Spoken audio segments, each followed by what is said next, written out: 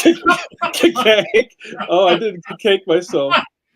You guys, one of these days, we're going to get a sound effect so I can stop saying cake and blow it out my eardrum. Guys, welcome back. It must be Wednesday again, ladies and gentlemen. Welcome back to Pencil to Pencil, your favorite live stream, live cast, expert cartoonist, roustabout, chat around, kickabout. I am JAMAR NICHOLAS. I'm your first host. I am a cartoonist, graphic novelist, and in the traditional book space, they call me an author illustrator. Leon the Extraordinary is my series at Scholastic underneath the graphics imprint. Leon the Extraordinary is in stores now. Leon Worst Friends Forever is the next book in the series, in stores October 1st. Pre-order it, why don't you? You guys, I would be remiss, I would be in remission if I did not introduce our second host. Come on, get up, discount, double check, make the belt motion. He is known as the world heavyweight champion of webcomics, a webcomic pioneer. You need to take these flowers, Steve. He is known in these streets as Stone Cold Steve Conley. What up, Steve Conley? Good to see you guys. I'm excited for tonight's episode. This is going to be great. For folks who don't know who I am, my name is Steve Conley. I write and draw the webcomic The Middle Age, which you can find at middleagecomic.com. The graphic novel collections are registered with the U.S. Copyright Office. That seems thematically important this evening. You can read my webcomics on Webtoons, Tapas, and Go Comics. And the Volume 3, the collection for Volume 3 is going to get kickstarted. Should launch on the 6th. So coming up on us here. And if folks go to steveconley.com/Kickstarter, they can sign up for to be notified when that Kickstarter goes live. But I would be remiss if I didn't introduce the Tower of Power, the man of the hour. Too sweet to be sour. Touch under the weather, Mr. Mike Manley. Hello, ladies in germs. I have plenty of germs today. Speaking of germs.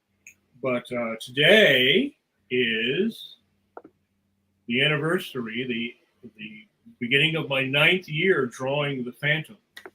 Oh my goodness! Congratulations! And I also draw Judge Parker, and I've been told that I've drawn your childhood. So today is the anniversary of me starting the Phantom, which is happy and sad.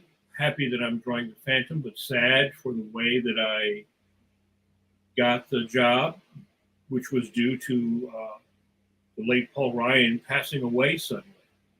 So I'm always reminded of that on this day, that sometimes you have fortune fall in your lap, but it doesn't always fall in a way that was fortunate for somebody else. Yeah, word up. I'm glad you put that out there because, in a weird twist of fate, that's just another spoke in the wheel of being a comic book professional or cartoonist. Like, sometimes things existed before you and there's no application, right? You can't write to your local newspaper and maybe get Broomhilda. Like, it doesn't work like that. You know what I mean? And then when I was sick last year, I had a lot of people step in and help me, like Brett Blevins and Jeff Weigel and Scott Cohn stepped in on the Phantom and on Judge Parker while I was recuperating. So, the comic strip is going to go with you or without you. If I drop tonight, tomorrow they'd be getting they would have somebody else. Well, let's hope that doesn't happen. That's really let's hope that knock on Formica that doesn't happen. But that's the reality of the newspaper game. Mm-hmm. And even thinking about our last episode with Dave Blazek, which was a great episode. I love that we've been talking more about the newspaper business lately. And just, I keep going back to the spokes in the wheel of being a creative. So I'm glad that we can cover all these different aspects. And congratulations again, Mike, on your anniversary. That's very exciting. And may you smash evil for several more decades. Well, you know what, guys? I want to jump right into it. Usually we banter for a long time, but, we have professionals here in the green room, and we don't want to keep anybody waiting. I'm very excited We have been talking for a long time, and finally we're able to make this happen. We have. Hold on. I'm playing with our banners tonight. Let me pull this one out again. I enjoyed it. Our guest tonight is Gamal Hennessy, who's joining us live. And we're going to talk all about business and all those things that you were afraid to ask or probably didn't know who to ask. This is a very special evening for us tonight because we get to talk about all of the things that maybe have been on all of our minds. And there's really not a lot of people in this business that are set up to answer these questions. So if you're just going to hang out live with us and just listen, I hope you have some questions together. So start thinking about things that we might be able to speak about tonight and put them in the chat. All right, so let's get ready to beam them in. Get ready, Gamal, you coming in. Welcome to Pencil, Gamal Hennessy. Ping. You've been That is actually the best intro graphic that I've done for any podcast I've ever been on in my life. Well, thank you. Thank you. I appreciate that. You can thank Steve Conley for that. He's a pro. Steve, fantastic job. Fantastic job. Hello, gentlemen. How are you? Hello. Thanks so much for joining us tonight. And maybe some rules of engagement for people who may be watching for the first time. This is a live shop talk chat with expert creatives, and also we have some professional business people in the room with us too. If you have a question, feel free to put it in the comments or the chat, depending on what stream you're watching on. I cannot guarantee I can get everything onto the screen, but we'll do our best. And also, Gamal's on a bit of a time limit, so that's why I jumped right into this. So we're not spinning wheels, and he's like, "Yeah, bro, I gotta get going." So maybe we'll just get right into it. So Gamal and I met. I don't know. Seems like maybe 10 years ago. The time's just flowing by quickly. It's probably 2016, 2017, New York Comic Con. It's getting close. And what impressed me about Gamal was first that he looked like a grown-up, which is something that I got to give you credit for because you don't see that a lot at the comic book convention. I'll give you your That's flowers. fair. No, that's fair. I'll give you your flowers, bro. And I think in a weird way, like real recognizes real. There's a lot of charlatans walking around those shows. And there are a lot of people that purport themselves to be business people or of some sort of business. And you kind of find out really quickly that a lot of them are not. Probably, I think at the same show, Gamal, somebody came up to my table and told me that he had the map locations to a time machine somewhere in Brooklyn. So just to kind of bookend what we're talking about. Wait, was that a pitch, or was that actually like this is a thing that I want? Is he trying to sell you? I think he wanted me to come see it. I'm not sure, but he gave me He gave me a pamphlet. I got rid of it quickly.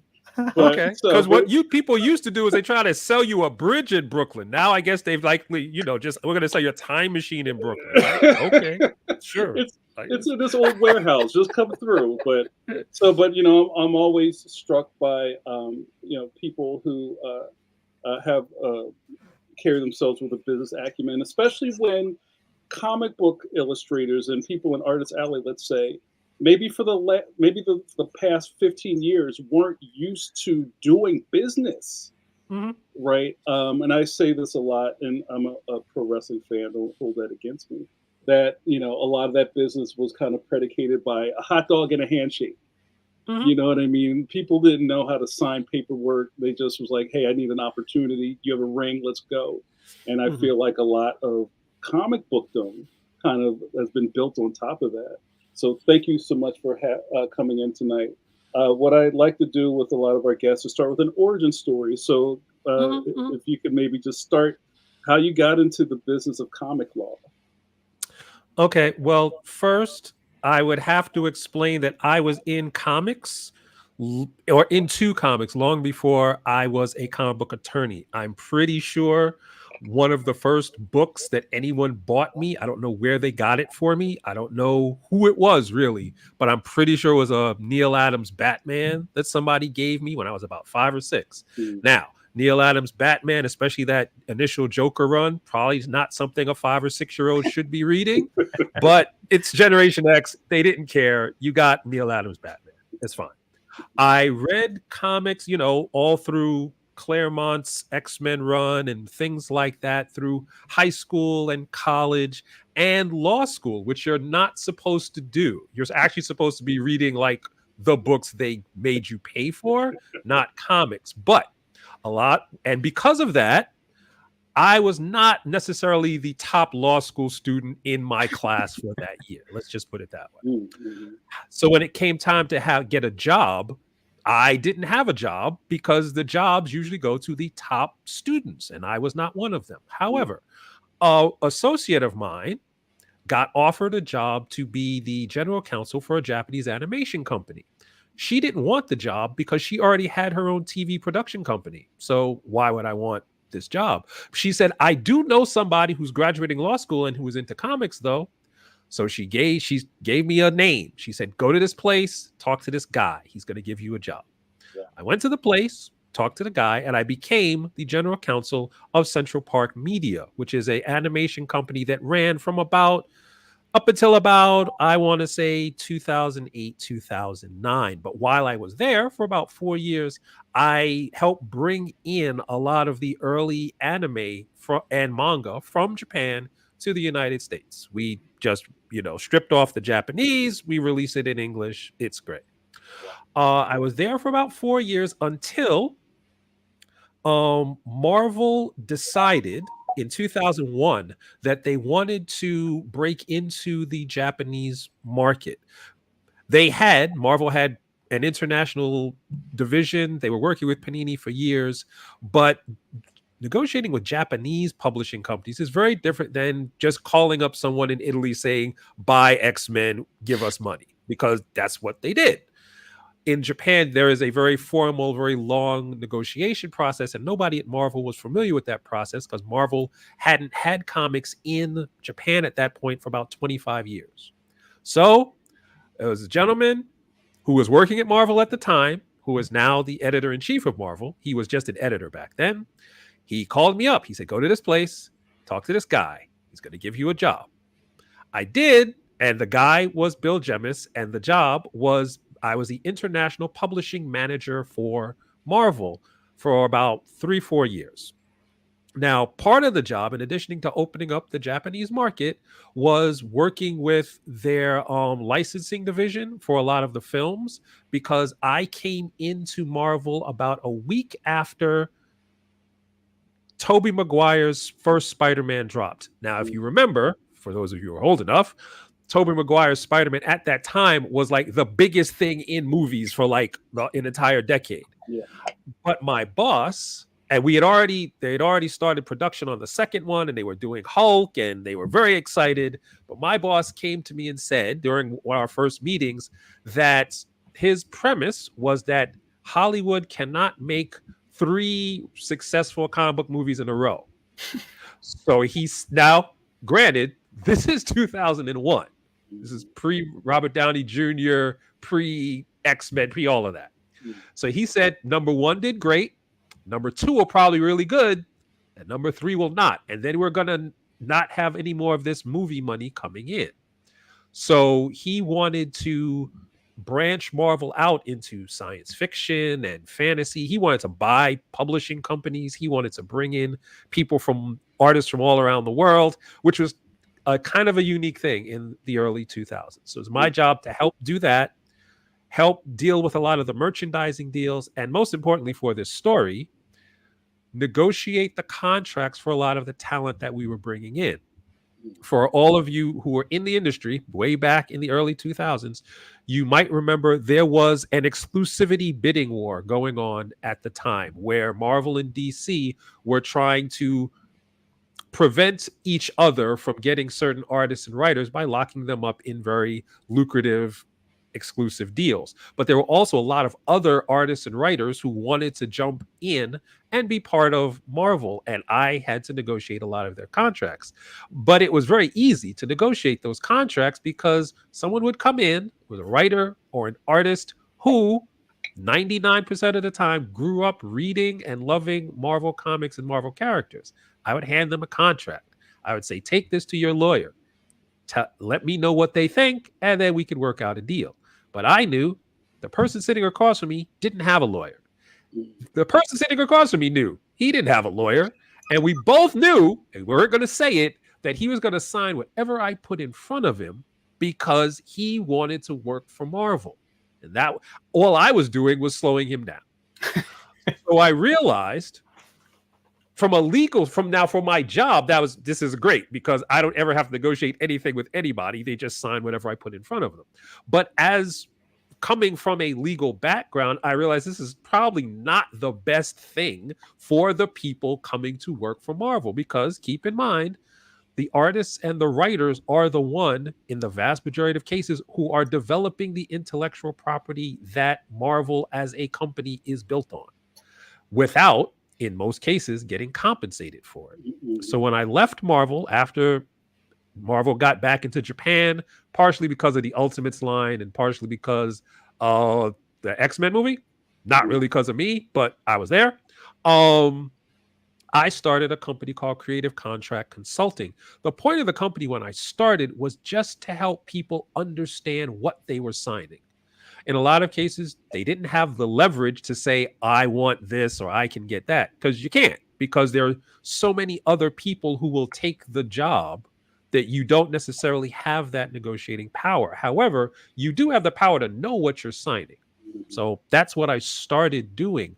But as technology changed and as opportunities changed, comic book creators got more and more ability to start their own companies, work on creator-owned deals after the Image guys started the creator-owned boom, launched their own publishing companies, set up their own distribution. So my business evolved with the industry itself. From about 2006 to about 2016, 17, I was doing legal work primarily for this emerging group of comic book creators. But I realized, probably because someone came to me with a horror story, I don't remember what that horror story was, that I was helping people with one aspect of the business, which was the legal side.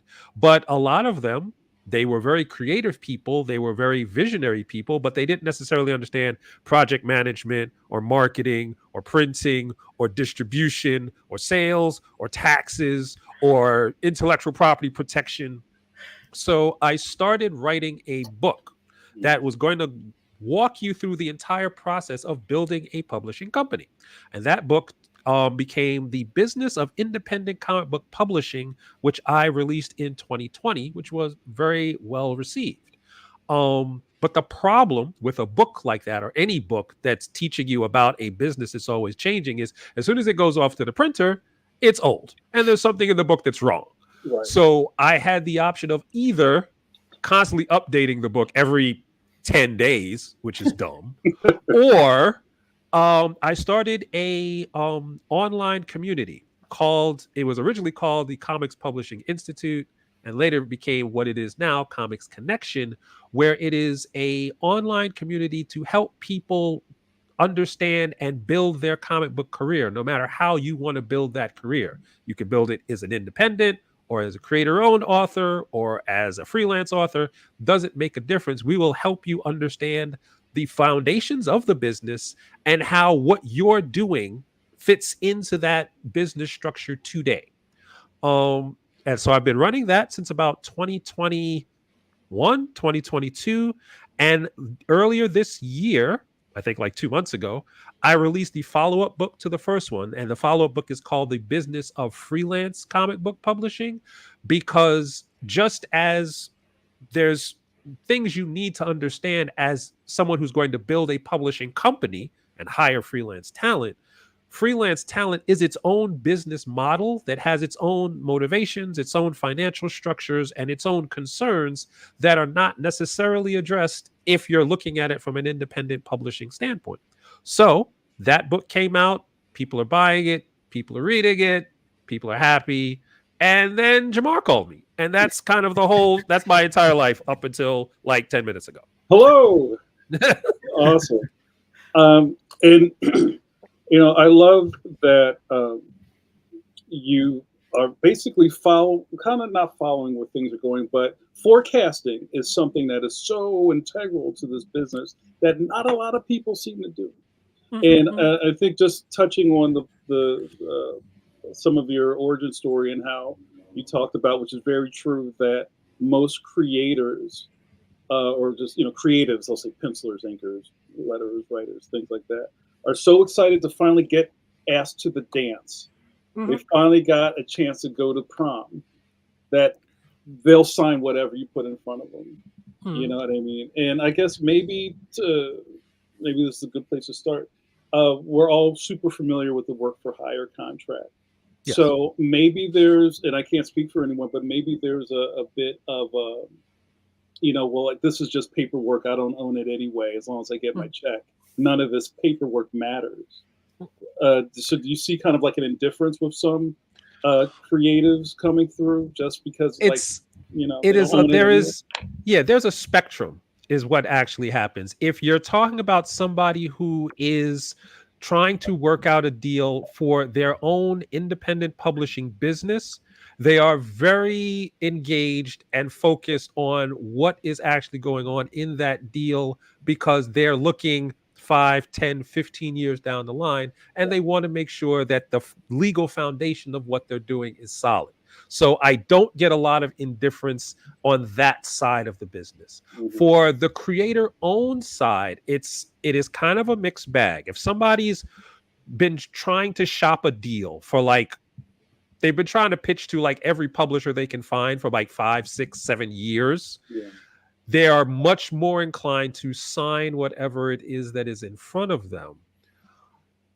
The people who have already done that once and have gotten screwed over are now much more inclined to actually understand what is going on in that deal and negotiate that deal to something that works for them, or walk away from that deal. Because again, the industry is such now that if you have a creator-owned project, there's nothing actually stopping you besides time, stress, and energy in actually releasing that book yourself. So in many cases, a no deal is better than a bad deal, because if you have a bad deal, now you can't release the book. Someone else can.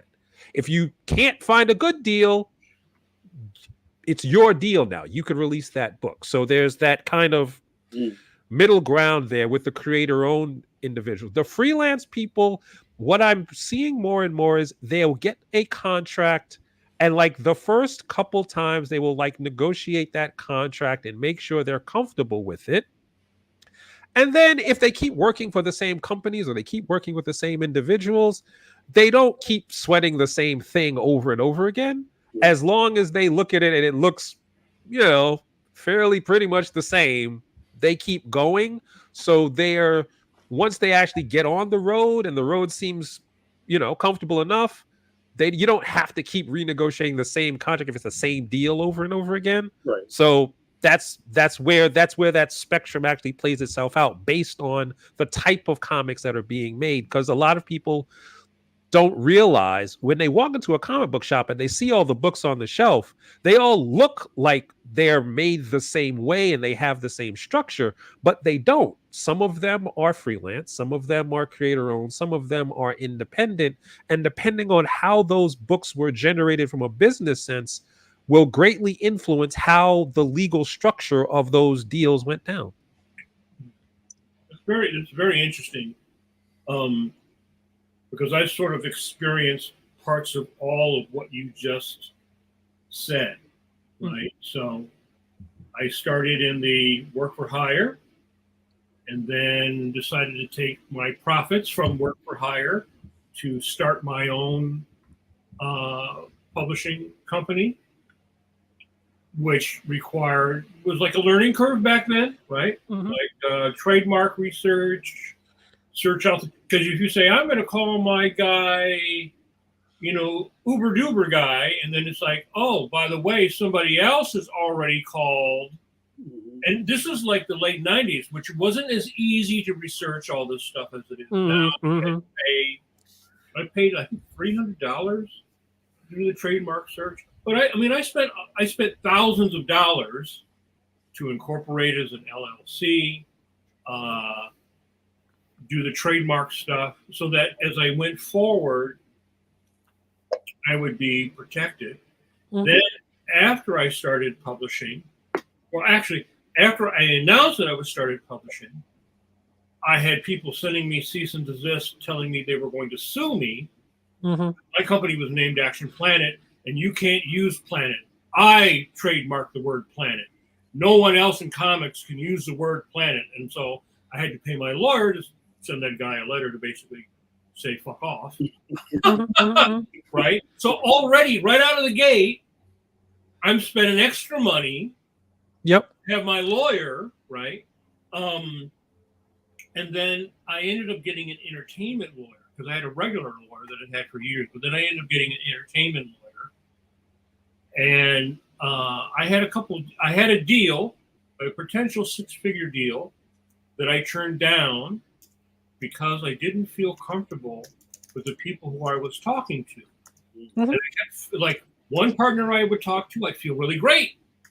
The next guy I talked to, and I felt like, this is... And then they were supposed to, like, announce it on The Tonight Show when Chris O'Donnell, the guy that played Robin, yep, Batman films, he was going to be part of this, what was it like called? Like Dark Waters of the Coast or some weird name like that. And at the last minute, I decided not to sign the deal. By then I had, you probably know him, Jean-Marc Lafayette, the guy who used to be Mobius's agent. Yep. And he said, it's up to you. If you want to sign it, sign it. If you don't feel comfortable. And I didn't sign it. And then, because it included all my characters up to that point, and I just felt like, man, if I sign it and this thing doesn't go off, then I'm going to have to fight to get the characters back, or maybe it's going to be 5 or 6 or 7 years before the rights reverse back to me. I don't really want to do that, and then I didn't, and of course, nothing happened the way that they said they did. Mm-hmm. Then I had another example. There was a show called Big Bad Beetleborgs. It was sort of like Kamen Rider, like the Japanese imports that they brought over here. Mm-hmm. And it took place in a comic book store, and they wanted comic books to be in the comic book store. Mm-hmm. Okay, that sounds cool. I'll get exposure to my comics. And then I got this contract that was like, basically, this is boilerplate. You just sign it and send it back, which would have given them all the rights to all my characters forever and ever in the known universe. And I said, Marvel's not signing this. NBA's not signing this. But by then, I had read enough contracts to have this, like, the smell of this doesn't sound right. And then I showed it to John Mark. And guys like you, to me, the best thing is you can tell us this is sort of standard, this is not standard, this is the lay of the land. You take a risk here, you take a risk there. Like right now you see on Facebook, all the people going, I'm going to put this statement that says AI cannot use my stuff there. Ha, I told you, AI. And it's like, that doesn't mean anything. Mm-hmm.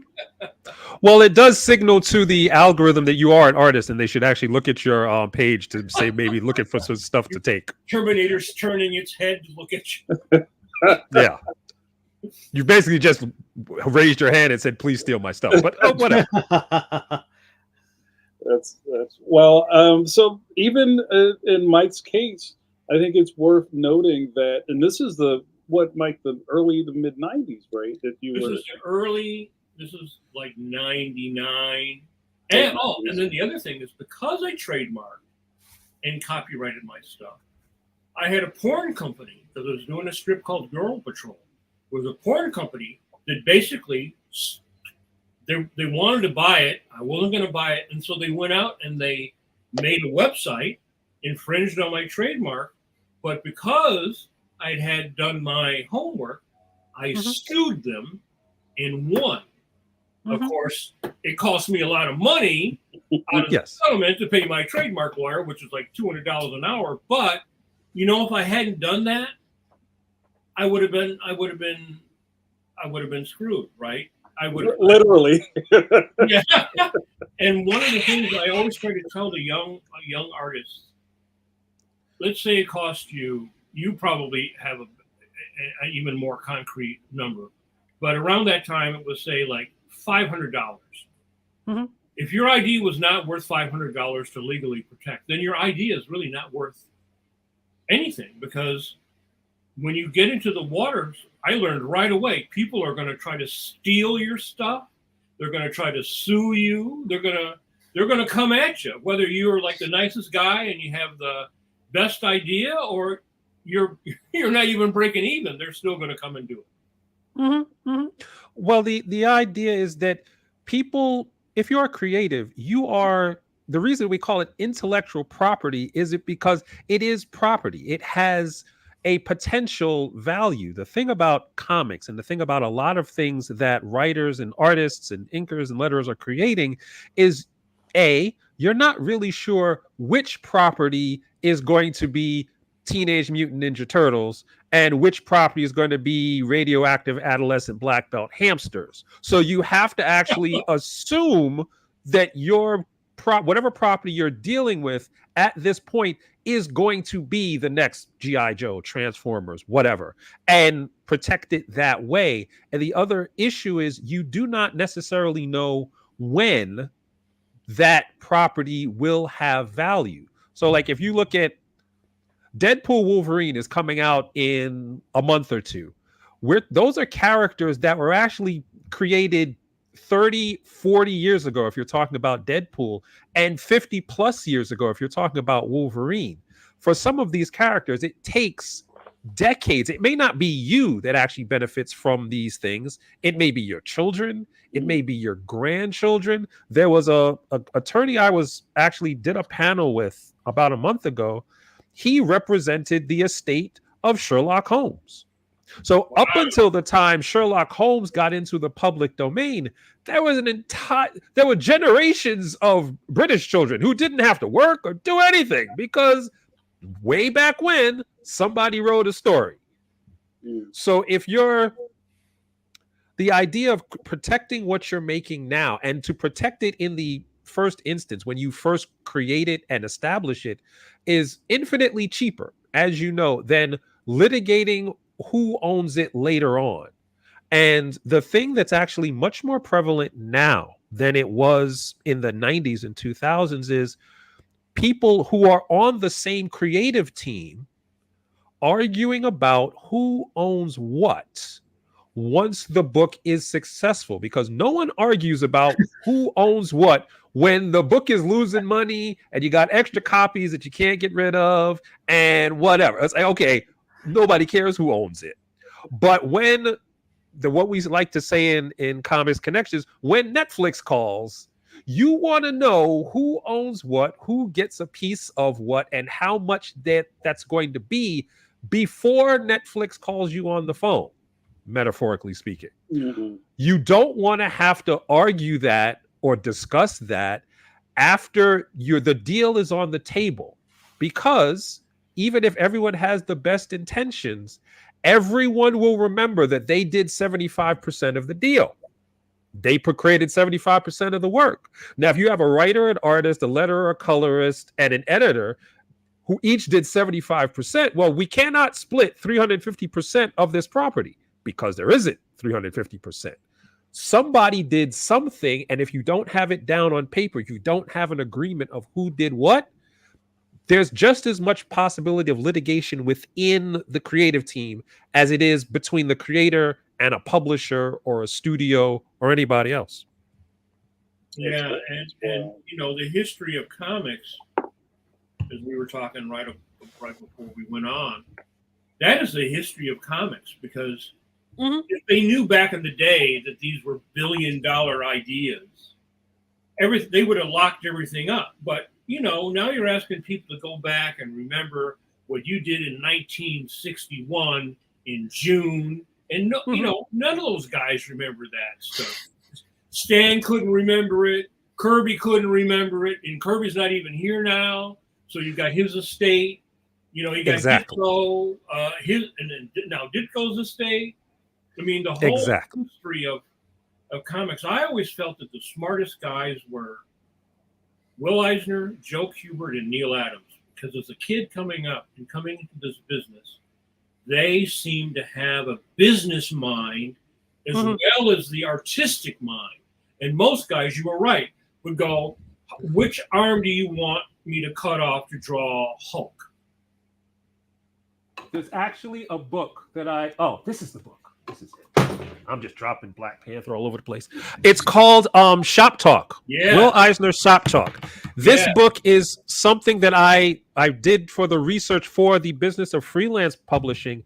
And Will actually talked to a lot of artists who were prominent in the 70s and 80s. So like Neil Adams, Jack Kirby, Joe Kubert, Joe Simon, Harvey Kurtzman, about how they went about working through just the creative process and the business process of figuring out how the industry works. And from what I remember, Neil Adams said he actually learned a lot from the generation before who did not actually perceive the work and the characters the same way, because you have to understand in the early age of comics, like when Kirby and Lee were just getting started, a lot of them, not only did they not see a value in the characters they made, they would not even admit in public settings that they were comic creators. They were illustrators. They were magazine writers. They were not,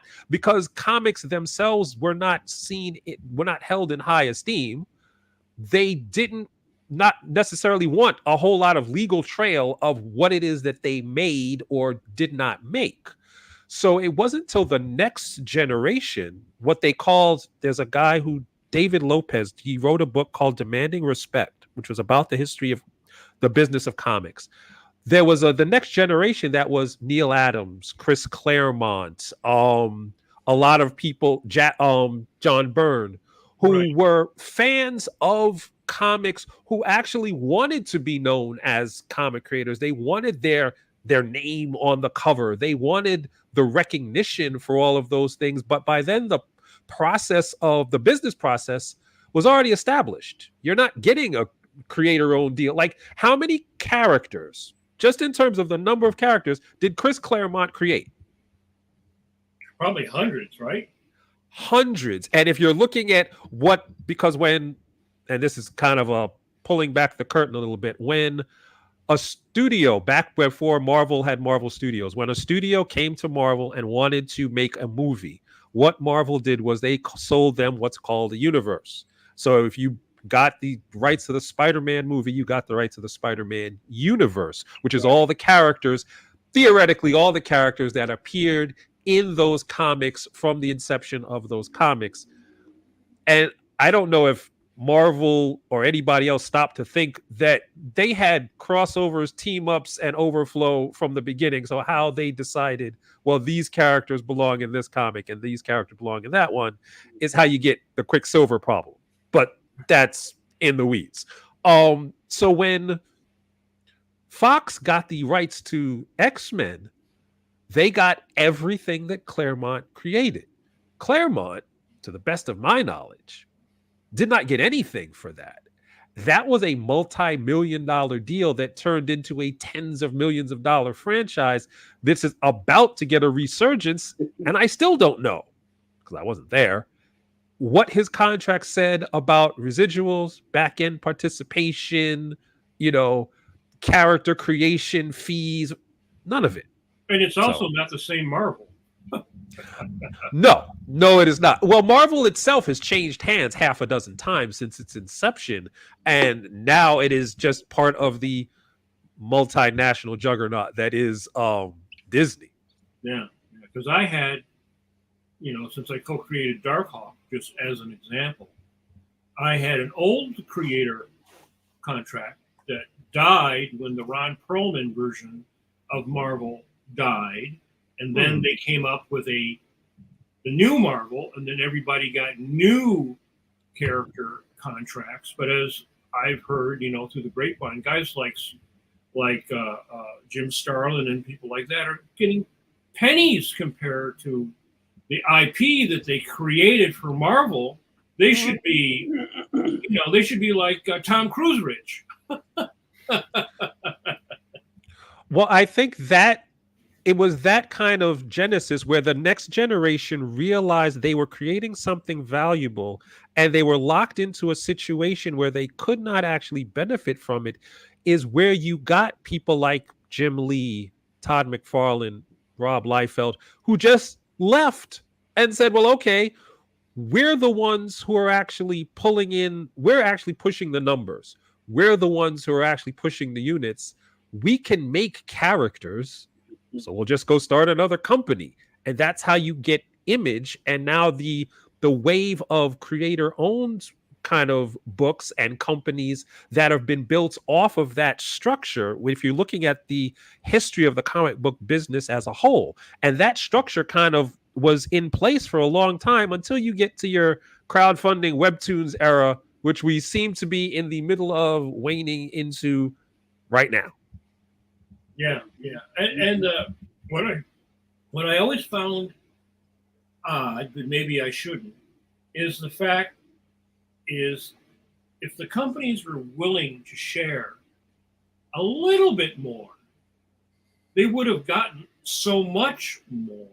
But they were so just opposed to doing that. They were so opposed to, like if you wrote did the artwork for something, maybe you would get 4, maybe you top out at 4 or 5% is what you would get. They're getting the other 90%.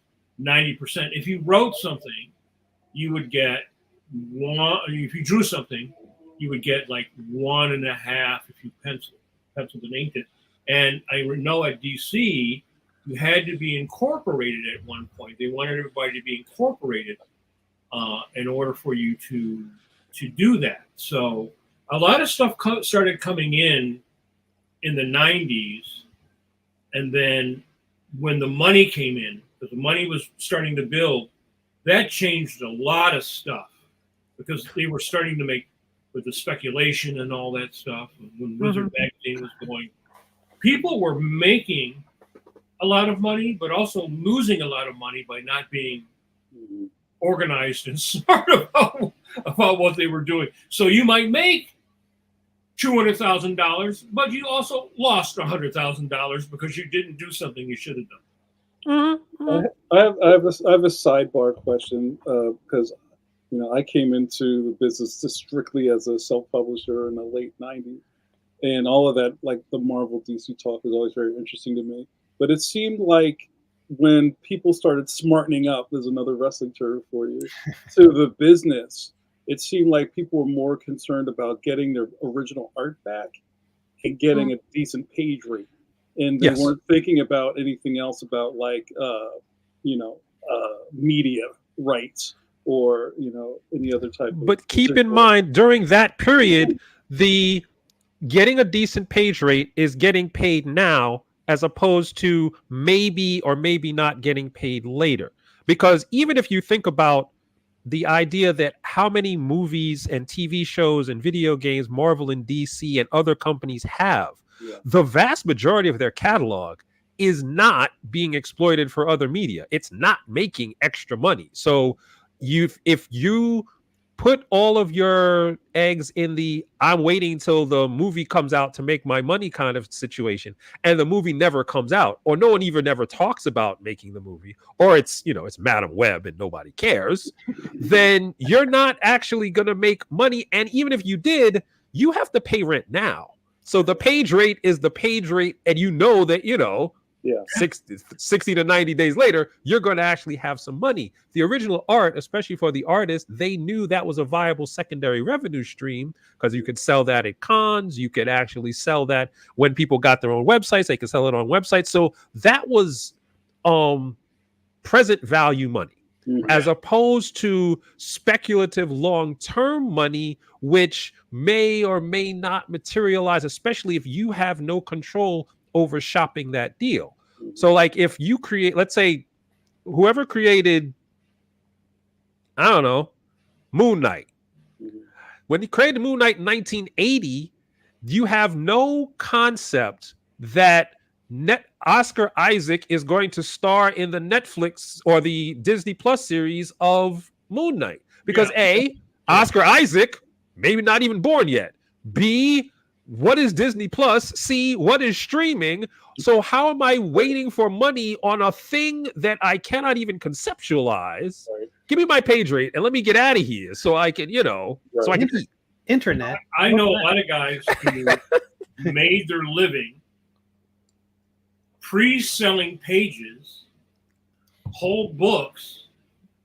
So because they were not fast enough, but they were popular enough, they could pre-sell a whole book. And some inker penciler teams would work it out. So like, okay, I get 2 issues and then you get 1 whole issue. There was a lot of that was going on because you're right. That's the meat and potatoes. You may never get gravy, but that's my meat and potatoes now. And, comics was always going away. That was the other backstory. Comics was always going away. Comics is going to fade into the sunset. I mean, from the time I got in the business in 1984, comics was going to fade away. I worked with a lot of older guys. In fact, it was Don Perlin and Doug Mensch. Don Perlin just passed away. He was 94. He was the guy who co-created Moon Knight. And I'm sure he was like an old school, guy. They were thinking like, I'm putting my kids through college. I gotta go to the Acme and get some groceries. You know what I mean? A lot of those guys regret blowing out their pages because now that stuff goes for a fortune on Heritage, but they needed to pay their rent in New York City in 1984. So when they got their pages back, they just blew them out. Exactly. Like it's not people now understand the idea of, trying to get media rights and trying to make sure that you get credit and trying to make sure that you get all of the things that you need. But they learn those lessons on the backs of the people who did not have those. They did not have those opportunities, and they had some very different circumstances so that they made the best decisions in many cases that they could make with the circumstances they had. So you can't apply what we would have done in 2024 to what they did in 1984. Yeah. Definitely. Well, let me ask about that. There are so many horror stories. And I think about being an artist alley at comic conventions, aspiring creators and young creators. There's a lot of fear because of all these horror stories. And a lot of them are worried about, I'm afraid to put my idea out there because it'll be stolen. Is that an overblown concern? I mean, we tend to, as pros, we're like, is it an idea worth stealing? Well, it is not an overblown concern if you put your idea out into the world in the wrong way.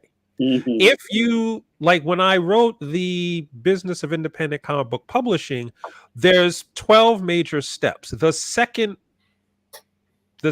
step is understanding what it is that you created, who owns what you created, and protecting what you created. Once you do that, once you have a basic understanding of copyright and trademark, and you can establish those legal protections, then putting your stuff out into the world is kind of required, because if you don't put it out, then you can't. How is it making money? The $1 million idea that you never share is not a $1 million idea. It's just something you wrote on a piece of paper somewhere and whatever. Now, in the past 2 or 3 years, there is a new wrinkle to should you put it out there when you talk about the whole AI situation. But even with the AI situation, if you're going to be doing any kind of marketing for your books, if you're going to be doing any kind of distribution that's in digital format, you have to put it out there. Even if you're only going to print it and sell it in Artist Alley, there is a theoretical concern that somebody could buy it, scan it, and then sell it as theirs. But the trouble it would take to go through all of that, as opposed to just make a comic or hire someone to make a comic, is very small. Because you could go online, literally, if you only have a vague idea for a comic, you could hire there are creative services companies. They will get you an editor, a writer, an artist, a letterer, an inker, and they'll take whatever comes out of your mouth. You pay them, you'll own the rights to it, and they'll make your comic. And there you go. So, you know. And the other thing I wanted to mention, because you know the AI thing's been in the water like the shark from Jaws for about 2 years now, and I know my art has been scraped, but you know I don't own the Phantom. I don't know Batman. I don't own anything that I've done for Marvel and DC. So legally, I wouldn't have a leg to stand on. They're the ones who would have to go after the people and enforce the copyright, as far as I understand it. So there's a lot of misinformation that gets spread. Like if you did 10 Tarzan paintings, well, you don't own Tarzan. You got paid by Edgar Rice Burroughs. They own the rights. If they stole that information with an AI thing to make their version, well, Edgar Rice Burroughs would have to, you know. I mean, that's why Disney has supposedly a building of lawyers. That's all they do is they go on the internet and they look for people infringing upon their intellectual property all the time. Oh, they're not in a building. They're scattered around the world. Okay. Yeah, it's like special forces. They're not in one building. They're everywhere. They're everywhere in all languages and in all time zones. Well, you know what, Gamal, I'm watching the clock, and I know you have a heart out. So I want to try to get to some of these questions before you turn into mist. So, Steve, would you be so kind to absolutely get to these questions?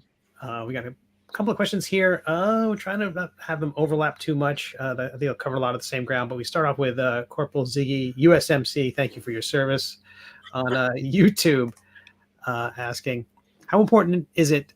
How important is getting an agent to publish your work as an independent author artist? Okay, depending on how you want your distribution to be handled and how you plan on making money, you may or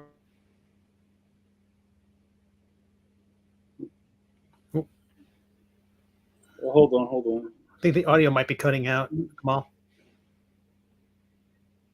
That's weird. Just kind of can't hear you now. It was almost like a oh wait, it looks like he's muted on the. Oh, you muted yourself. Okay, I got you. Oh, it says your mic's out. how about now? Yeah. All right, we're back in business. All right. Now, what I was saying before, I actually cured cancer, and you didn't hear it. I will attempt to repeat what I said.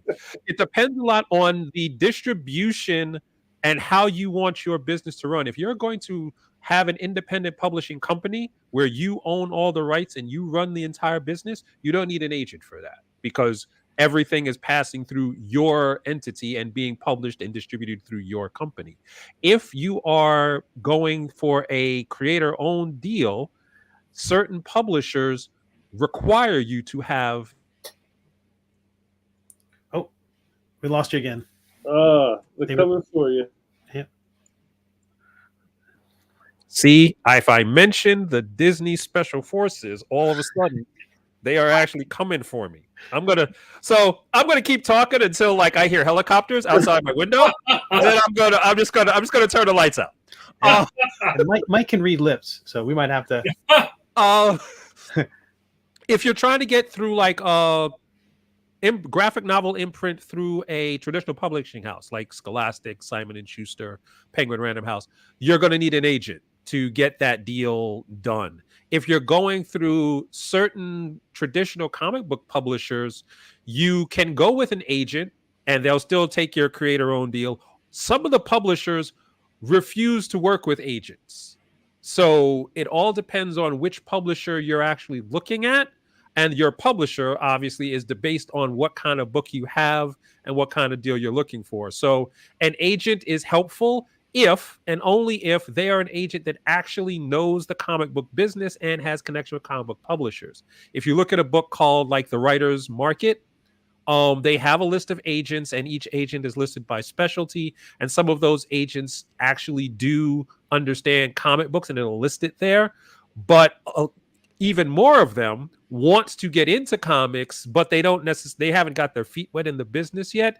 So you have to decide whether or not you want to be the first one, their guinea pig, like getting a comic book deal. That's great. Thank you for the question, Ziggy. And we got a follow-up question. Also from Corporal Ziggy, USMC. Thank you for your service. Is it necessary to have a doing business as under an LLC if I'm publishing work under my name as an author artist? No. If you have an LLC, then you have the corporate form and the liability protection to continue your work, which is publishing comics. If you have let's say you have an imprint like DC has Vertigo and Marvel had, what was that other thing Marvel had? Like Epic. Yeah. That shows how old I am. Jesus. Anyway, they didn't make separate companies. It's just an imprint. Like I have a client, Mad Cave Studios, that when they decided they were going to get into YA graphic novels, they created another imprint called Maverick, and that's it. They didn't make another company. They didn't use a DBA. You don't have to do any of that. Just make sure that, because the imprint is basically a marketing tool. It lets people know that certain books are for certain groups, but it's not a separate line of business. You're still printing, publishing, producing through the same business. So you don't have to make that part of the process more complicated legally by using a DBA or anything like that. That's great. We've got a question here from Patrick Lugo on YouTube. What are the top 3 blind spot creators should look out for when working in a collaborative or collective fashion, like a comics anthology or something? Good question. Okay. This is basically a planted question because Patrick Lugo is one of the premier members of Comics Connection, and we've actually had conversations like this multiple times.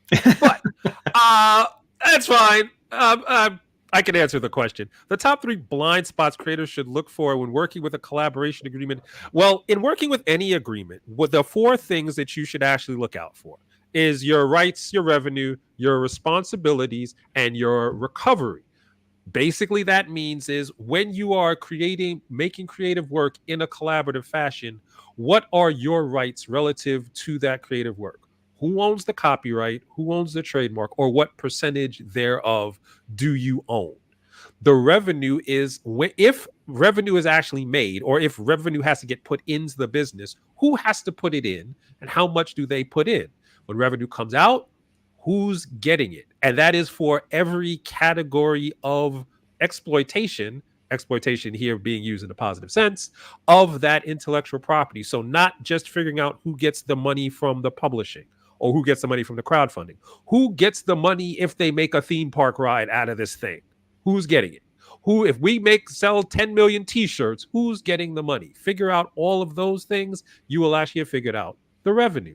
The responsibility is who has to do what. One person is a writer, one person is an artist, and you're coming together to make a book. That's great.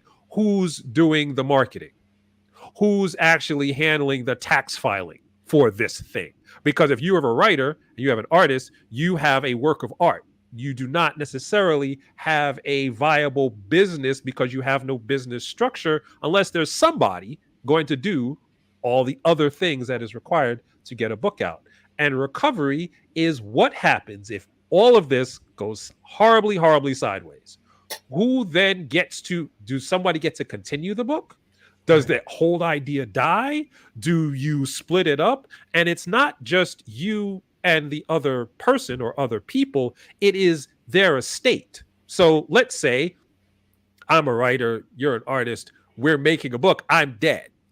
Well, you can continue the book if and only if whoever is the executor of my estate says, depending on how the contract is set up, who owns the actual rights, because they may want to. They may say, I don't know anything about comics. If you go and do it, go do it. But when the money comes, just send me my money. That's fine too. Or they can say, well, I want to make the comic. And then now you have to work with this person who may or may not be a knucklehead and you don't want to work with them. So if you're talking about a collaboration agreement, and a collaboration agreement is one of the kind of subsets of agreements between creator-owned and independent publishing, because when you're a freelancer, you're usually working with a team and everybody on that team is giving up all their rights, so you don't have to worry about it. If you're doing a creator-owned or a independent deal, it may be a collaboration deal under that overarching creator-owned deal or independent deal. And if you're working in those, or if you're working in any kind of contract, rights, revenue, responsibility, and recovery are the 4 things that you need to look out for. I know Patrick only asked for 3. I gave you an extra one. Gamal, you leaving scars on them in the chat. People running for the hills. They're like, "Whoa, hold on." My lawyer told me, I think one of the first conversations I had was that a contract is only as good as the 2 people intend it to be. Does not prevent someone being a bad actor. It just hopefully gives you an avenue of recourse if, like you said, things go south. You know? And if it's not in the contract, well, then it's a gray area. It's very similar. The way I try to explain it to people who actually understand sports is like the NFL has rules of how the game should be played. That does not mean someone's not going to get their leg snapped in half. Right. Joe Theismann reference for anybody who actually understands football. But it does mean there's ramifications and recourses and ways for things to get resolved if there's a dispute. Some of the greatest books that have been made between people where they had a contract. They never had to look at it. They never had to use it because they had a good working relationship. The contract is set up to actually help people understand who gets what and to help when things go wrong. Because, as people, things often go wrong, often inadvertently. There was a question that I saw just flash in the chat for a second. Well, not a question. It was actually a statement where someone said, because it sounds so complicated, they're just going to decide to do everything themselves, which is an option if you decide that you are willing to spend the time and develop the skill for each one of the different things that are required for a comic book to be successful. Because if you are artistically inclined, you now have to decide, yes, I will actually learn how to create narrative fiction that works in comics, because it's different from being a screenwriter or a novelist or anything else. And then you're going to decide, you're going to actually understand how comic book distribution works. Now, comic book distribution is a full-time job for a lot of people. And you're going to decide, okay, I'm going to learn how to do this well enough to get my book to the right people, which means you have to market the book, which means you have to now decide you're going to learn comic book marketing. And marketing itself is a multifaceted job that people get PhDs in. And you're going to market the book. And then you're going to sell the book, because nobody else is going to do it. And it's not something that you can't do. I have clients who have do the whole process, but the production cycle of those things, when you're doing it by yourself, is elongated to an extreme degree, because Marvel has about 3,500 people at any given time, mostly freelancers, working on their books, and they can put out 7 to 8 dozen books a month. If it's one of you, well, it may be once every 6 years, once every 10 years. Now, if you can maintain a following over that period of time, that's great. I mean, George Miller did it. Mad Max came out in 1979, and his new movie came out last week. So yeah, you can take time between them if you want, but it's you're trading one set of complications and one set of challenges for another. So both of those are viable. It's just which one makes more sense for you as a creator in your life. Because the other aspect of it is, even if you have the skill to do all the jobs, you probably also have, I don't know, like a family, and you need to like eat and sleep and stuff.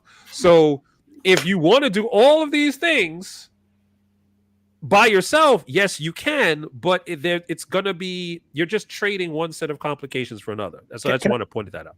Can I ask a practical question about this? Let's say you got an aspiring creator or someone that is watching this, and they're going to say, "Okay, I just got this opportunity to go work for hire for somebody. Maybe it's a freelance position. Maybe they're doing soup to nuts, but they're going to have this project, and they get the contract, and they don't have a lawyer at that moment. They get that line that you said to them, have your lawyer look at this. At that point, they're like, I've got to go find a lawyer. Is that like... No, you don't. You don't have to find a lawyer. I'm sitting right here. Right, Jesus Christ. Right. So now that they've got you, now that they know your web address, I'm going to put that back up on the screen here. What kind of turnaround time do they are they afraid of offending the person they're talking with because okay, that sort of thing? Three things. First, if you go to my website, there's a place there's a page called Contact. If you contact, you put in your information and you contact me, I offer free consultations for the people who may potentially work with me. So probably within like 6 to 10 days, because of my schedule, we'll set up a consultation. You will explain to me what it is that you're looking for, the situation you're in. I will explain to you how I can help you and if I can help you. And then we move forward from there. Unlike how Mike was talking about paying per hour for lawyers, I realized when I started my company, most comic book creators are not in a position to pay hourly fees. So I don't charge hourly fees. I charge a flat rate. That way, you know that when you actually come to me, it's going to cost this much. It's not going to cost who knows how much for forever and ever. Amen. It's going to cost this much. The second thing is speed when it comes to a contract is a red flag, because you are not shipping aid to a war-torn country. Time is not necessarily of the essence. It's not like you have a heart frozen in ice that you're got to bring in a box to somebody. If someone tells you that the contract needs to be signed in 3 days, 4 days, they are attempting to rush you.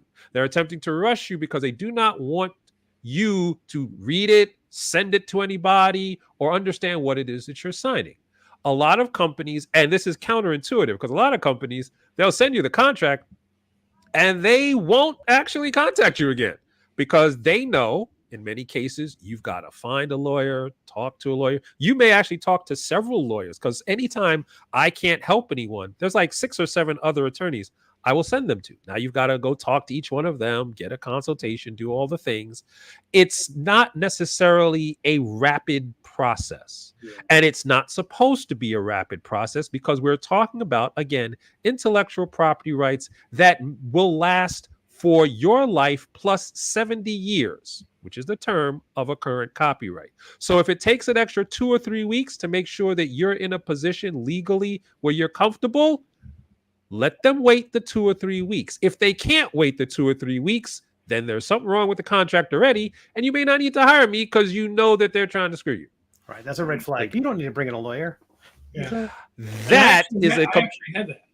I had that. That is a completely different tactic that people use, where they'll all of a sudden they're very concerned for your bank account. They're like, you don't need to waste money on a lawyer because all lawyers are trying to do is make money. Now, granted, bourbon is not free. So I do need to make money to get the bourbon because I want the bourbon. But they're not concerned about your bank account.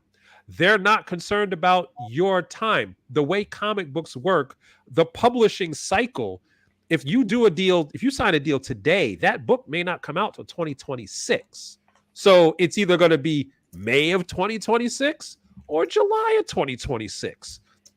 What difference does it make unless, and there are some rare cases, if the narrative is so timely and topical that you can't actually wait another 3 years for the deal to be done because the entire whatever it is that you're talking about in your comic, especially if it's like politically related, it's not going to be there anymore. Well, then you should have had a deal in place already. But there's no, like, if let's say today somebody wants you to do a comic book about, the Trump trial verdict. Well, then the answer is no, because I can't Like, how is that even going to happen? There are rare cases where the timeline needs to be shortened, and in the most realistic cases for licensed comics related to other media that's supposed to drop in a specific window, day and date. So, for example, if like, what was that new thing that they announced? Star Wars Hunters. They just dropped a trailer for a video game. If there was going to be a comic book for Star Wars Hunter and they needed that book to come out when the game comes out in like 18 months, well, then yes, there's a legitimate reason to rush the process. But in that case, your lawyer, whoever you will actually move things around, put you at the head of the queue so that you can get your deal done. But it's not 3 days. It's, a week here, a week there. It seems like a lot of people are sort of scared by this aspect of the business. Yes. Young person is scared to put their stuff out there because somebody's going to steal it. But like you said, you could have the best crop in the world, but if nobody can taste it, then, that doesn't do you any good. And then I think most people probably don't know a lawyer or maybe have had a family lawyer, so they don't really understand that. And then there's just a lot of garbage on the internet that gives you bad information about things that are not true. So much garbage. Yeah, well, 30 to 40% of my business, especially since 2012, has primarily been education. I spend a lot of time trying to explain the basic concepts of how the business works. It's the basic legal concepts that actually impact that business. And as news pops up, because as things happen in the business in terms of the comic book industry news cycle, all of those different moves impact the business. So if in a typical week, if I'm spent 100% of my time is not spent like negotiating contracts or anything like that, it's probably like 30% of my time.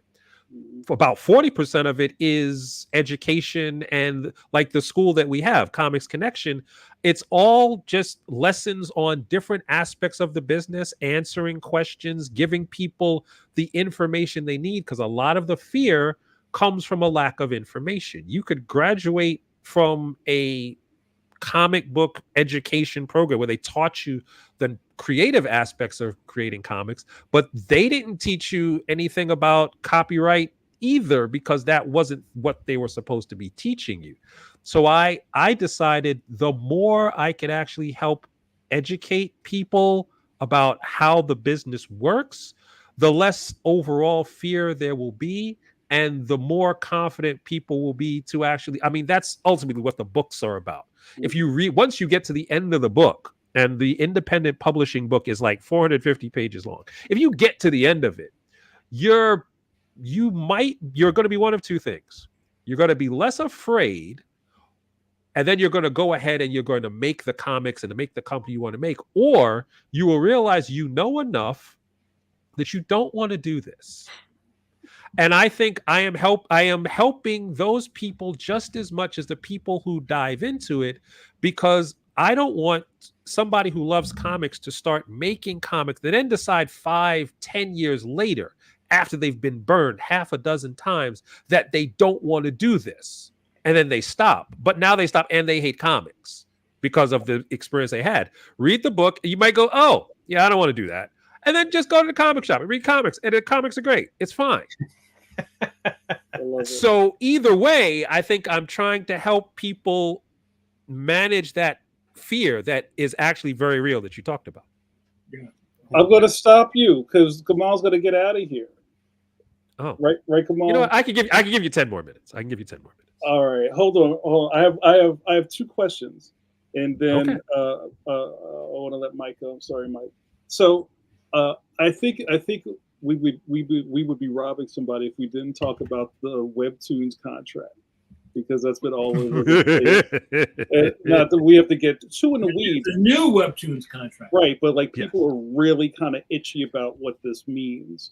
So I don't know if there's a way you can shed some like not too. Yeah, I can provide some information that does not violate any attorney-client privilege for any of the clients that I've had that have worked in the Webtoons contract.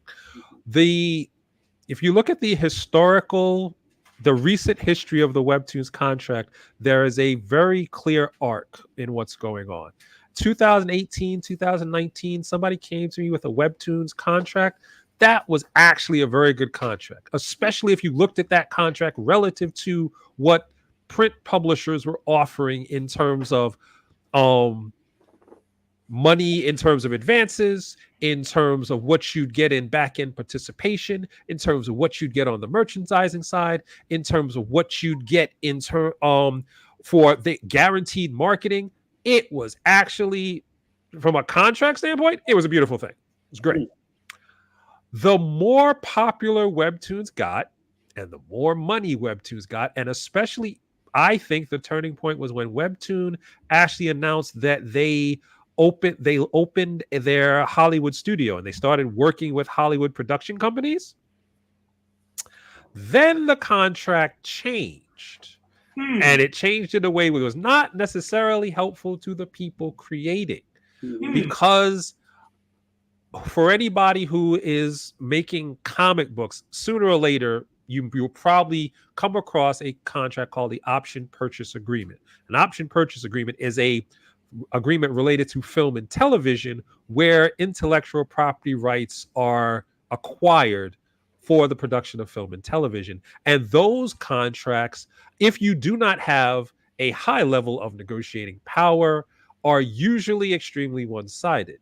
The more Webtoons started to get into print with like Lore Olympus and stuff like that, and they started to get into optioning Hollywood deals and stuff like that, the more the Webtoons contracts started to look like the option purchase agreement. So now when my clients come to me with the Webtoons deal, I said one of two things is going to happen.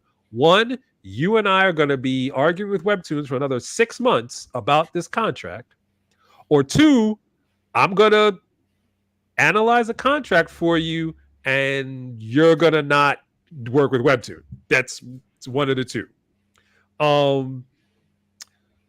The other thing that I should point out with the Webtoons deal, the Webtoons ecosystem that has been changing, is that there are a lot of production studios or packaging studios that are popping up in the Webtoon space to kind of insert themselves between the Webtoon creator and Webtoon. Now, originally, for all of those who are not familiar with Webtoon, you could make a Webtoon, put it on Webtoon, and people could see it. It's actually not that complicated. However, again, as Webtoon got more popular, as it got more leverage, people who had popular Webtoons or people who had access to people in Webtoon to get things promoted or get algorithms shifted around or whatever, started to go to Webtoon's creator and saying, give us your Webtoon, and then we will make a deal with Webtoon to put your Webtoon on Webtoon so that you can get some money. Now,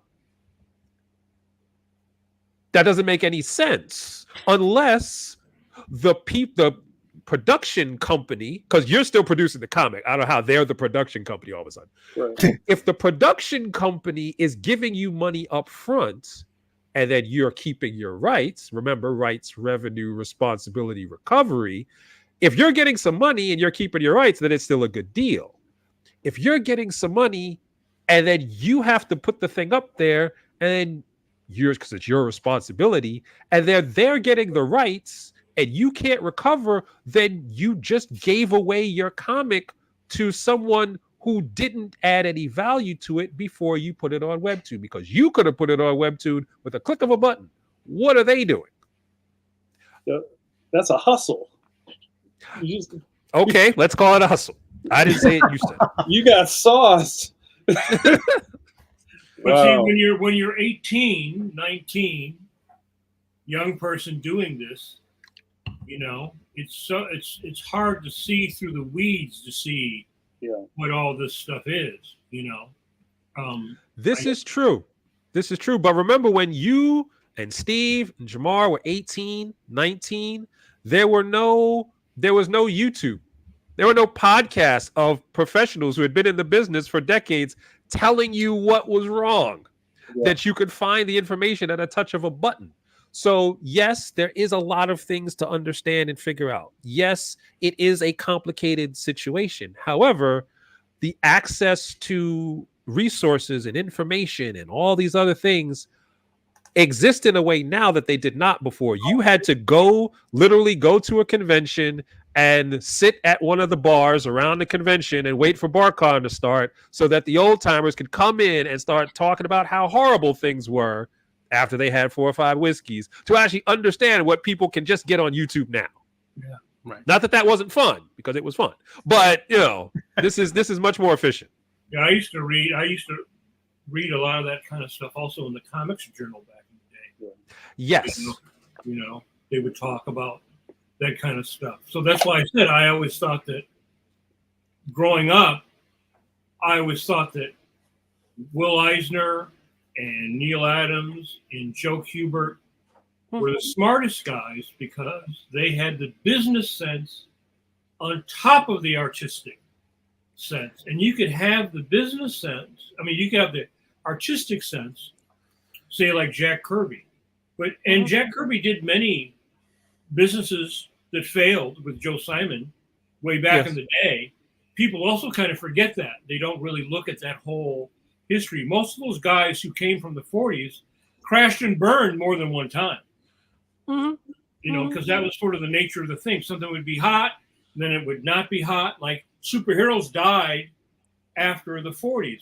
Then science fiction and romance came up. So Kirby and Simon came up with the romance comics concept. But most people just think of him as the guy who created, the Fantastic Four. Yeah. Yeah. Well, that's that's because of the legacy of Seduction of the Innocent. All of those books in other genres were crushed once, Fred Wortham said that comic books are only for delinquency. So the only ideas that survived to the present day, in many cases, are the superhero related ones, because most of those other companies had to fold because they were going to get censored out of existence. Yeah. All right, last thing. This is the last thing for me. We got to get you out of here. This is just to the top of my head. What's up with the poor man's copyright? Does that even work anymore? It's not a thing. It's never been a thing. You heard it here. In fact, there's a page on the Copyright Office's website that tells you don't do that. You don't have to do that. It's not a thing. What you keep in mind, a copyright, which is very different from how a trademark is registered. A copyright, it takes about an hour to do, and it costs you about $65. It's not a complicated process. Once you have either you have the script, or you have the pages, or you have the finished comic. I charge a flat fee that's much less than my normal fee for doing stuff. If you don't want to file the copyright yourself, you can contact me. I will file the copyright for you. But in most cases, I just send you to the copyright website because it's not that complicated. You do not need to be a lawyer to do it. You do not have to go through a complicated process. The only clients that I file copyrights for on a regular basis is if they have like 10, 12 books coming out a month and they just don't want to do it. Then they're like, well, we'll hire you to do it and whatever, it's fine, which is okay. But if you have 1 book or 2 books, just file the copyright. If you put something in an envelope and mail it to yourself and you keep the postmark, that's not a copyright. It's not a thing. Now, I will say, when you create something in what is known as a fixed medium of expression, which means you draw it or write it on your tablet and you press save, you actually have a copyright in that work, that fixed medium of expression, except it's much easier to assert your copyright rights if you file the copyright, because if you just save it on a piece and no one knows except the person who's infringing your copyright, it's hard for you to prove they stole your thing. If you file the copyright, again, it costs $65. It takes you about an hour. It's fine. It's easier for you to assert your rights later on down the line. And it's also easier for you to sell those rights if you decide to sell them. Because if someone comes to you and says they want to make merchandise or they want to make a movie out of your comic, but you can't prove you own the comic, they won't do that deal because they're not going to put hundreds of thousands, potentially millions of dollars behind an idea that someone's going to come out of left field and go, yeah, he didn't own that. You have to give me the money and blow up the whole thing. So file the copyright. It's not a big deal. Poor man's copyright's not a thing. When I had a book of mine, the title, the cover, whole thing published on Amazon, all that stuff. Another much larger company published a book later with the same name with a very similar cover. And I was told by lawyers and people I talked to that they're too big, you're out of luck. Basically, they were but if I had filed the copyright, it would have given me the ability to basically call the cops on them. Basically giving the authority of the government to do the fight. If you set up now keep in mind a copyright, like let's say you have a copyright to a book called, I don't know, Remains of the Day, right? Moons of Avarice. A copyright will not actually prevent someone else from coming out with a book called Remains of the Day because a copyright protects the contents of the book. So the artwork, the story, the characters, all of that stuff. The title of an individual book is, you can copyright the book, but that you cannot prevent someone else from using the same name. That's why if you type in the name of a book on Amazon, a dozen books might come up. A trademark is different. A trademark is used to sell goods and services, and it's unique to one entity because you don't want confusion in the marketplace. So because you can't have 8 companies say we make Coke because Coke makes Coke. Right. So, but what they were telling you in terms of the legality of it is the difference between a legal reality and a financial reality. Because if let's say you have a contract, or let's say somebody infringes on your work, or you have a legal right that you can assert, it costs to start out between $20,000 and $30,000 to successfully have a lawsuit. So let's say you work for a publisher and the publisher owes you, I don't know, $5,000. It may cost you $15,000, $20,000 to get your $5,000. Now, I'm not an accountant and I don't know a lot about math, but it doesn't seem to make sense to spend 15 to get 5 because now you just lost 10. So in a lot of cases, especially if you're an emerging creator or an independent publisher, there are instances where you have rights that it does not make sense to assert because it's going to cost you too much to assert your rights. And with that cheery note, I think I will bow out. Thank you, sir. You're a fantastic guest. We have to have you back, please. So good. I'll come back as long as people want to talk to me and listen. I'll talk. You know, they're mad you leave it, but we got to get you out of here. So, Gamal, thank you so much for your time and counsel. I appreciate you so much, and please go join his network. You need a man; he's right there in front of you. Exactly. And if you need a consultation about a project that you're working on, whether it's freelance, creator-owned, independent, or anything like that, just go to the website, hit contact. We'll set you up with a free consultation. Things might get dicey in the next few weeks because there's Heroes Con and then there's San Diego, but we'll figure out a time. We'll talk. We'll help you out. Don't worry about it. Will you be at those events? I will be at Heroes Con. I will not be speaking at Heroes Con. I will be at San Diego. And at this point, I think I'm on 4 panels. I don't know. I'm still waiting for the shoes to drop. So make sure you hydrate. Absolutely. All right, well, thank you, gentlemen. I appreciate you. Have a great one. All right. Good night. Take it easy. All right, I kicked him out. He's going.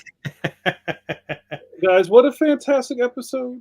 You know, we've been talking about this for a while. It took a little bit of finagling to get him in here. We have to have him back. This is the kind of stuff we've been talking about for 5 years in bits and bobs. Like if you listen to the horror stories, if you listen to almost every creator that comes on here and talks about a bath they took on something. If we had more Gamal Hennessy's in the business when we were coming up, half this stuff would have been avoided. That book? I wish I had that book. Would have devoured it. So that you put that book next to your How to Draw Comics the Marvel Way. Do those fit on the same bookshelf, Steve? Absolutely. Absolutely. The Caliber Guide to Self-Publishing, and then the the Dave Sim book. No, Gary Reed with Caliber. There was like the guide to something. It was like these photocopied pages that we would mail back and forth about. These are the distributors. This is your capital. This is your diamond. All the nuts and bolts of doing it in the 90s. Speaking of doing it in the 90s, Mike, what did you think of that episode? What, doing it in the 90s? I don't remember that episode.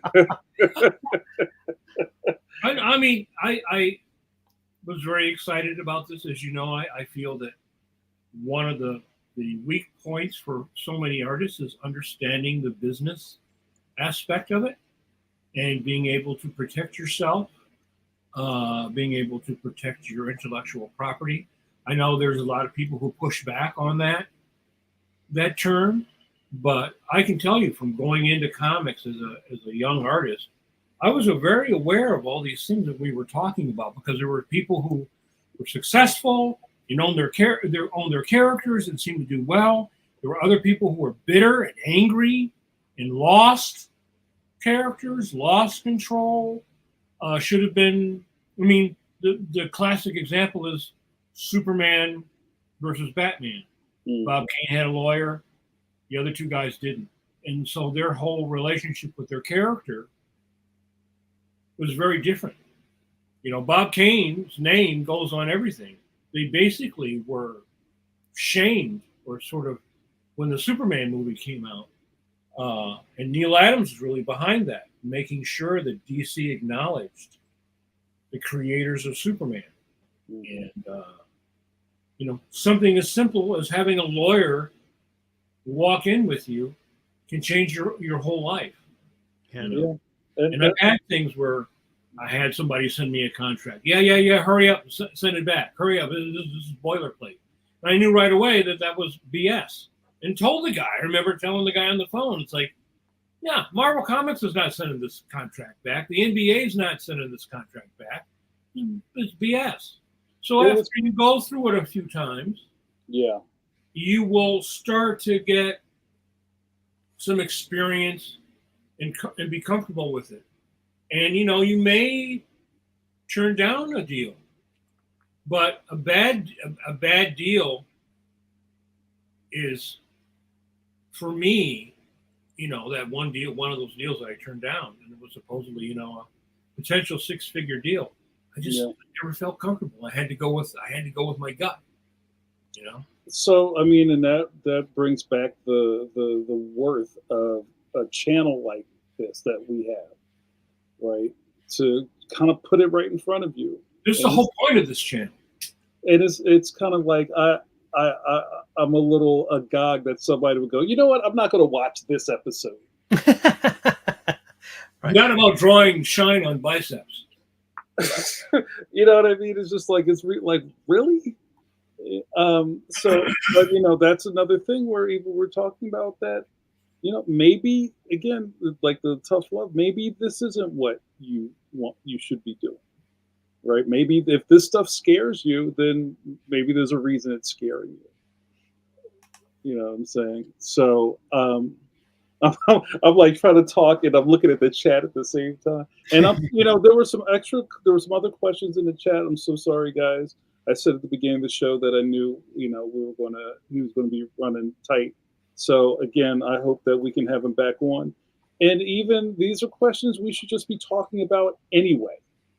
Like, you don't have to wait for the contract attorney to get on. We should be talking about this stuff in public anyway, just to demystify a little bit of this stuff. So people don't have to suffer in silence. And even to this, and this is something that I think about a lot, you feeling comfortable creating contracts or making contracts or creating those kind of things with other creatives that you're dealing with. As I know, especially back when I started and even up to a certain point in my near past, it was like, if somebody said to you, oh, well, hey, listen, I need you to sign this. I'm not signing anything. You know what I mean? I thought we were friends. Right. What do you mean I got to sign? Like, that stuff scares the shit out of people. You know what I mean? So there's got to be a reason for that. But also, they did invent a red pen, and you can make adjustments to things. But I empathize with younger artists. I absolutely signed one contract that was like, I just wanted the gig. Whatever the deal was, just let me have the gig. Let me keep the art at the end. Let me get paid the page rate. I want the money. I want the page rate, and I want the credit. I want to be able to say that I worked on this project.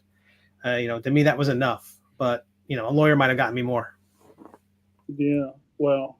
Yeah. I'm looking at all this stuff. I can't.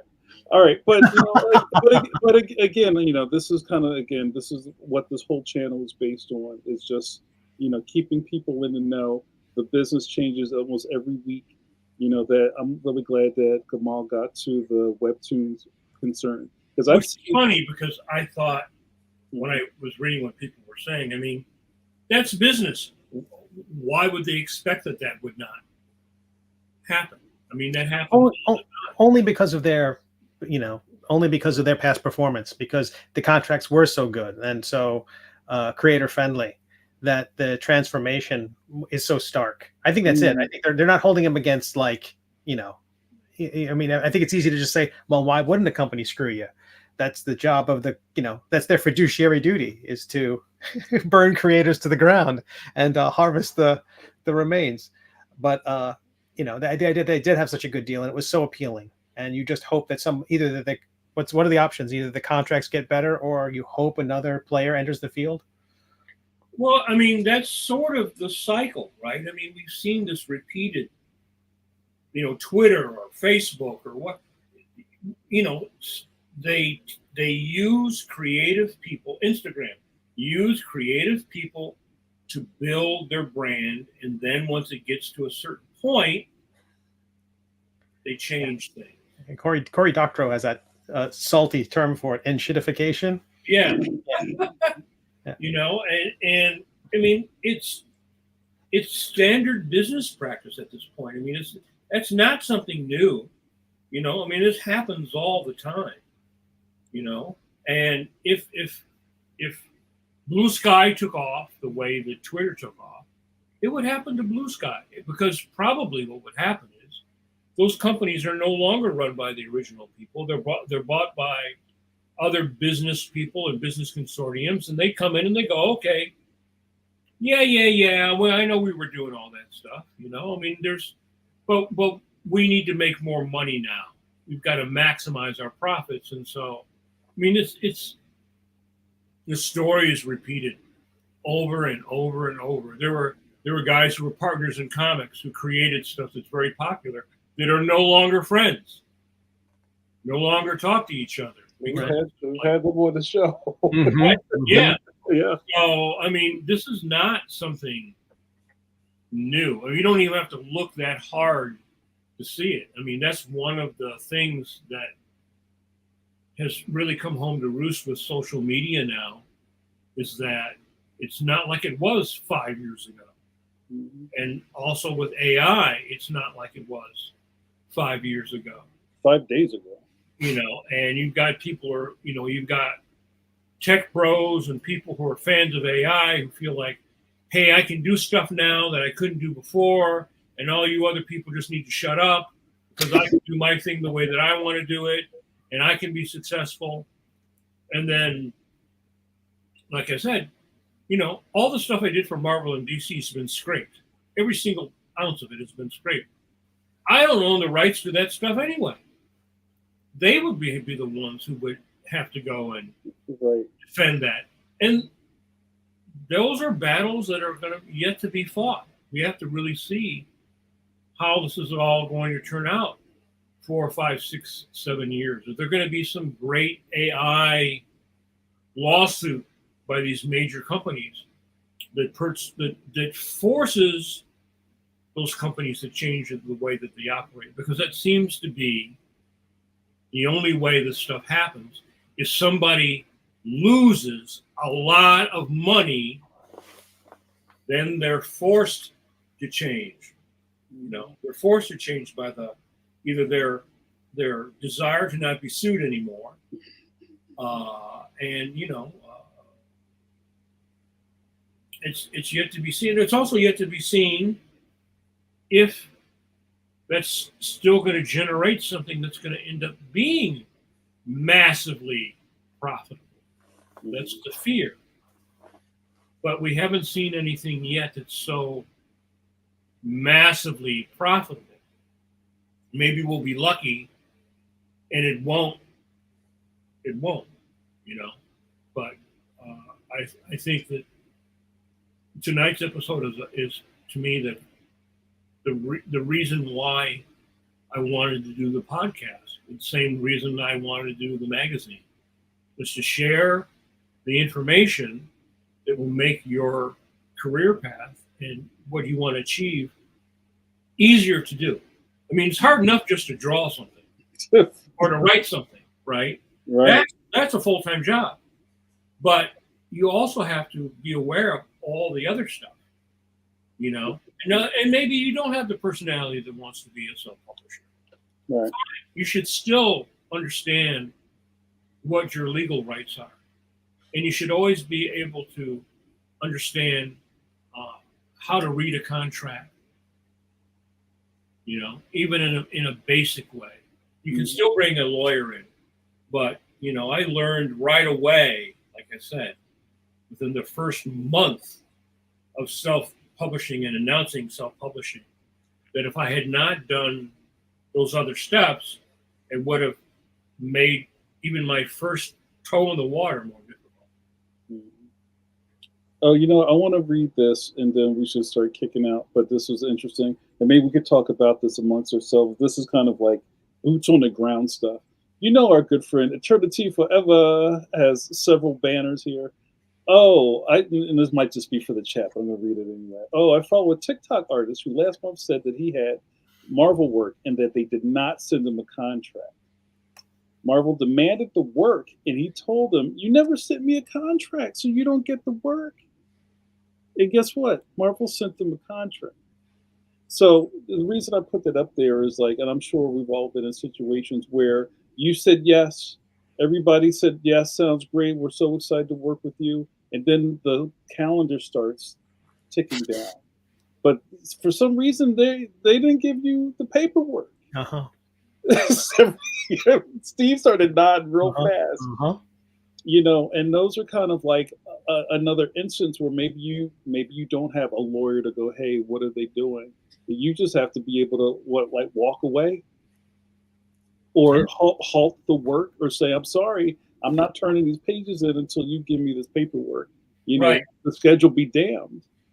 Right. You know, I had a few instances at DC towards the end where I turned in stuff and the editors were not putting in the vouchers.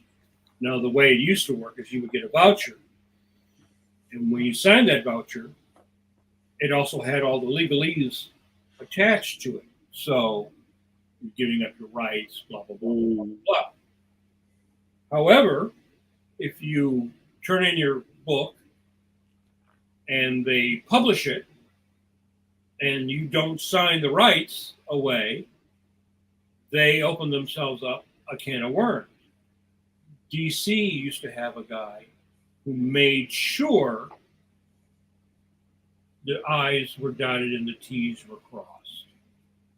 That was his whole job. And if he saw something moving through the pipeline, but he didn't see the other thing that was supposed to be done, he went down. And a couple times, I called that guy to make sure that he got my voucher so I would get paid. Mm-hmm. Those people are crucial, critical. Right. So again, you need to know. You should have some legal people that you know. You should understand the business that you work in. You know, everything is a risk, right? He was very correct at saying, you know, you realize at the end it's going to cost you $20,000 to sue some guy to get $5,000. I knew guys who got screwed royal in the 80s and the 90s by publishers who owed them money. Well, we're going to, you know, and then they feed you a little bit, but the amount that they owed kept growing. So my rule from that was that if you owe me for more than one issue, like I turned this issue in maybe I start on the second issue. If I don't get any money for the first issue, I don't do any more. Right? You're not going to owe me 2 issues. Because my experience was, once they owed you, they also owed probably a whole bunch of other people. Right. Right? And you know what? The power company and the phone company is going to get paid. The printer's going to get their money before you are. Right, yeah. And I knew so many people that lost tens of thousands of dollars because of that stuff. You know? So, I mean, it's always a learning process. You know, you just hope that you learn from other people's mistakes and learn from other people's examples. Chris Lopez, what up, Christopher? We need to get out of here. I'm having so much fun. Christopher says, did they used to have, this is for you, Mike, did they used to have the giving up the rights printed on the back of the checks? So when you signed a check to cash it, you were signing that contract. On the back of the Marvel, and the front of the DC voucher was bigger. And while you were signing it, it had the whole legalese thing, right? The Marvel thing was on the back of the voucher. Same thing. So when you signed to get your work, you were signing away your rights, right? And but you knew that, right? You knew that. The big issue with guys like Kirby and people like that was that did not exist when they were creating it, and it was not specifically worked out in boilerplate, because that's not how they did business back then. So. Right, and those guys were only getting those checks after they delivered their work. So to give them the contract on the back of the check, making it contingent on receiving the money for the work that was probably already printed, the whole thing was extortion. Yeah, it was all very different. And again, for that generation of guys who grew up in the Depression, if I find a place that's paying me top rate, I turn in my stuff, I can feed my family and go forward. Nobody then back then was thinking this stuff was going to be worth $1 billion. Right. The companies didn't think it was going to be worth $1 billion. You know, Marvel was pretty sloppy. A lot of those old companies were pretty sloppy. They weren't thinking about that. So they were bankrupt in the 90s. Yeah, they went bankrupt. They went bankrupt, and when they went bankrupt, that changed a lot of stuff. So speaking of change, we're going to get out of here because I know all of us are on deadline. So thank you guys so much for hanging out with us. Let me give a little rule for the road. If this has been your first time watching Pencil to Pencil, boy, did you enjoy yourself. I know you did. I would behoove you, that's my $5 word for the night, to like, subscribe, and hit the alert bell so you're notified when we go live. I will be back here tomorrow night with Coffee Break with JN. It's a fortnight this week, guys. And also, I'm not sure about what we're doing next week. I don't believe I'm going to be available, but that doesn't mean the show stops running. Remember, one monkey doesn't stop no show. But I would behoove you guys to check out our vast archive. And if a lot of you guys came in late, rewind this, why don't you? Everything we do live is recorded and is on the channel to watch at your leisure. Thanks again to Gamal, Hennessy, and to my co-hosts, Mike and Steve. I'm JAMAR Nicholas. You've been soaking in it, guys. We're at the end times. Didn't Cumberbatch say we're at the end game now? This is what's going on. So while you still have time, while we're still above ground, be sure to keep those curvy hands clean. Nice hands, Steve. Those were some milk call hands. All right, guys. We'll see you next week. Take care.